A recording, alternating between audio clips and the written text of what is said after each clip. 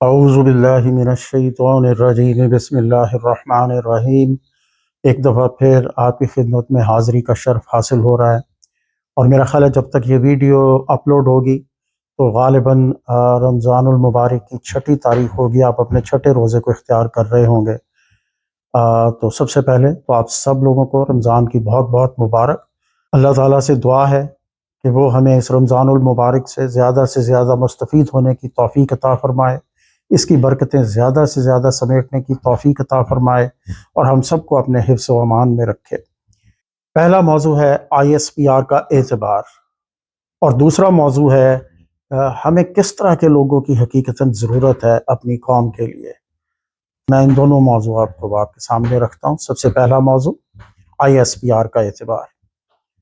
تو جس ماحول میں میں نے پرورش پائی، جس طرح سے میری نسل کے لوگ جوان ہوئے، ہم لوگوں نے پاک فوج کو ہمیشہ سے اپنے دل کے انتہائی قریب جانا۔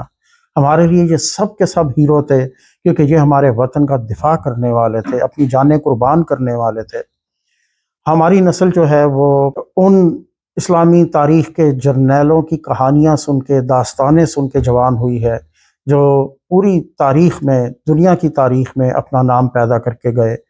میں ذکر کرنا چاہوں گا حضرت خالد بن ولید رحمۃ اللہ علیہ کا، جن کے بارے میں یہ مشہور ہے کہ وہ دنیا کے واحد سپہ سالار ہیں جنہوں نے اپنی کوئی جنگ نہیں ہاری۔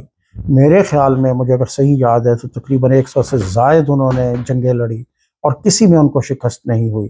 اور کہتے ہیں کہ ان کا جسم جو تھا وہ، اس کا کوئی حصہ ایسا نہیں تھا جہاں تلوار کا زخم نہ آیا ہو۔ یہ بہت بڑی بات ہے، یہ بہت بڑی بات ہے۔ اور اگر میں 4 خلفائے راشدین کو اس سے ذرا بھی علیحدہ رکھوں بوجود، تو دیگر سپہ سالاران میں طارق بن زیاد، یوسف بن تاشفین، نور الدین زنگی، سلطان صلاح الدین ایوبی، محمد بن قاسم، حیدر علی، ٹیپو سلطان، کتنے ہی نام ہیں جو لیے جا سکتے ہیں، لیکن پھر وہی طوالت کا خوف۔ تو میں یہیں پہ اپنی بات کو مختصر کرتے ہوئے کہ ہم اپنی فوج کے جرنیلوں پر بھی ایسے ہی فخر کرتے رہے اپنی ساری زندگی۔ ہمیں ان میں اسلامی تاریخ کے جرنیل نظر آتے رہے۔ ایسے میں ہماری فوجی جوان اور افسران پاکستان کی شان بڑھاتے رہے۔ میجر عزیز بھٹی، کیپٹن سرور، میجر طفیل محمد، راشد منہاس، MM عالم، دیگر بہت سے شہداء اور غازی جن پہ ہمیں آج تک فخر ہے، یہ ہمارا لہو گرماتے رہے۔ اور پھر ایسے ہی جب ملی ترانے بجتے تھے پاکستان ٹیلی ویژن پہ، ریڈیو پاکستان پہ، تو ہم بڑا فخر محسوس کرتے تھے کہ ہماری پاک فوج کی بہادری پوری دنیا میں ایک مثل ہے۔ لیکن جہاں ہمارے فوجوں کی بہادری کی داستانیں رقم ہوئی، وہ ہمارا خون گرماتی رہیں، وہاں یہ بھی حقیقت ہے کہ ہم بہت سی باتوں سے صرف نظر کرتے رہے ہیں۔ ہم اس کو بھلا بیٹھے کہ یحییٰ خان ایک عیاش جرنیل تھا جس نے اپنی نااہلی اور عیاشیوں کے سبب ہمارے ملک کو دو لخت کر دیا۔ اس سے بڑا سانحہ شاید اور کوئی نہیں گزرا۔ ہم اس کو بھی بھلا بیٹھے کہ وہ جنرل مشرف ہی تھا جس نے پاکستان کو اور عافیہ صدیقی کو باریکیوں کے حوالے کر دیا۔ حال ہی میں ریٹائرڈ جنرل باجوہ نے تو ہمیں یقین دلایا کہ اب فوج سیاست سے کنارہ کشی اختیار کر چکی ہے اور اس کا سیاست میں کوئی رول نہیں ہے۔ ہم نے خوش فہمی میں اس بات کا بھی اعتبار کر لیا، لیکن کیا کریں کہ عوام الناس کسی طرح بھی اب ان باتوں کو ماننے کے لیے تیار نہیں ہے۔ اب آرمی چیف کے تازہ بیان کو ہی لیجئے، جو غالباً تقریباً 1 ماہ پہلے ISPR کے تھرو ہمیں ملا ہے۔ پتہ نہیں ان کے اس بیان پر یار لوگ کیوں ہنس دیتے ہیں۔ ISPR کے بیان کے مطابق آرمی چیف نے انتخابات کے کامیاب انعقاد پر الیکشن کمیشن کو، نگران حکومت کو اور سیاسی جماعتوں کو مبارکباد پیش کی ہے۔ اگر آپ کو یہ سن کر بہت زور سے ہنسی آ رہی ہے تو روکیں نہیں، ہنس لیں، کیونکہ یہ بیان ہنسنے ہی کے قابل ہے۔ اور میں چاہوں گا کہ آپ اس بیان کو ذرا تھوڑا سا سن بھی لیں، گھبرائیں نہیں، یہ 1 منٹ سے زیادہ میرا خیال ہے نہیں۔ سپہ سالار نے انتخابات کے کامیاب انعقاد پر نگراں حکومت، الیکشن کمیشن اور انتخابات میں جیتنے والے تمام امیدواروں کو مبارکباد پیش کی ہے۔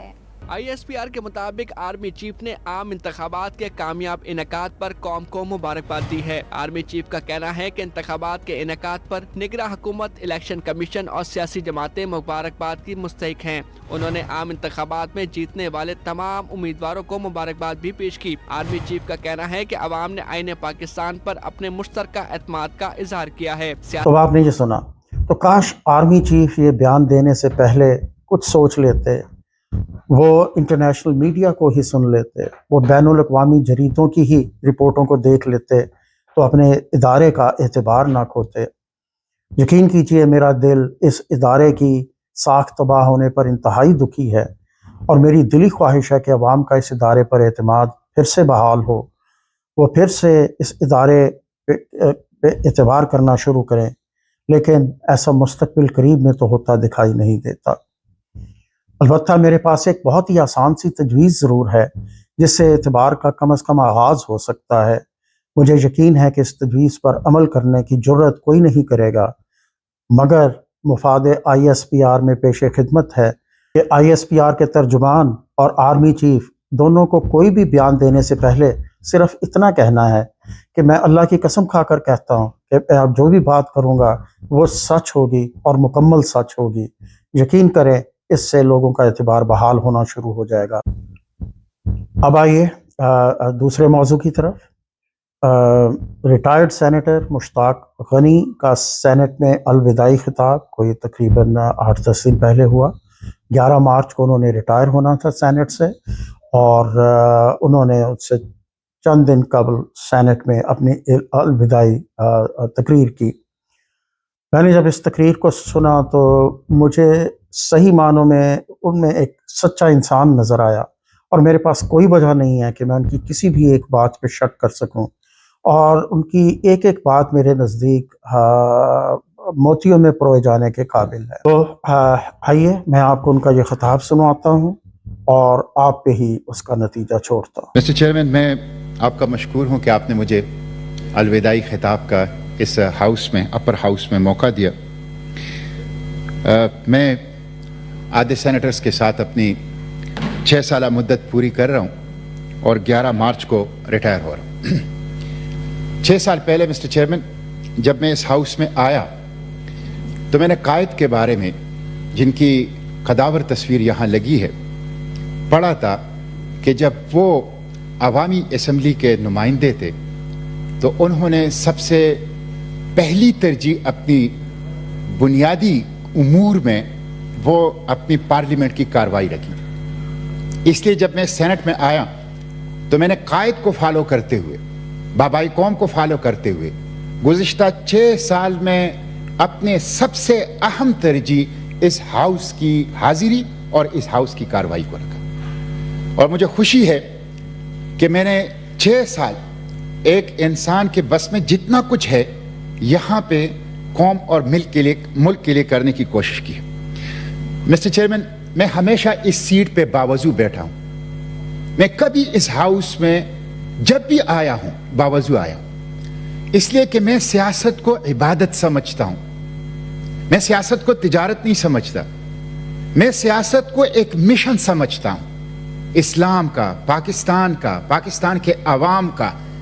اور اسی وجہ سے گزشتہ 6 سال میں جب بھی اس ہاؤس میں انٹر ہوا ہوں، جب بھی اپنی سیٹ پہ میں بیٹھا ہوں، میں باوضو رہا ہوں۔ مسٹر چیئرمین، ہماری اس کانسٹیٹیوشن کے دیباچے کے اندر لکھا گیا ہے 3 باتیں بڑی اہم ہیں، اور یہ میں جیسے کہ بطور یاد دہانی اور تذکیر میں نے باتیں کی ہیں، یہ بھی کر رہا ہوں۔ ایک اس میں یہ بات لکھی گئی دیباچے میں کہ حاکمیت اعلیٰ اللہ تعالیٰ کی ہوگی۔ میں نے گزشتہ 6 سال میں دیکھا کہ یہاں حاکمیت اعلیٰ بدقسمتی سے اللہ تعالیٰ کی نہیں ہے، اور جب آپ کانسٹیٹیوشن کے اوپر عمل نہیں کریں گے منزل نہیں پا سکتے۔ FATF کے لیے قانون سازی، IMF کے لیے قانون سازی، پیرس اور واشنگٹن سے بل وہ ڈرافٹ ہو کے آتے تھے، اور ہم نے اپنی لیجسلیٹو اتھارٹی کو کمپرومائز کرتے ہوئے اس کو پاس کیے ہیں، تو اس پہ مجھے بہت دکھ رہا ہے۔ اس کانسٹیٹیوشن کی دیباچے میں دوسری باتیں یہ لکھی گئی ہے کہ اقتدار مقدس امانت ہوگا جس کے بارے میں آخرت میں اللہ پوچھے گا، اس دنیا میں اللہ کے بندوں کو جواب دینا ہوگا۔ کرپشن کا پلیٹ فارم نہیں ہے، لوٹ مار،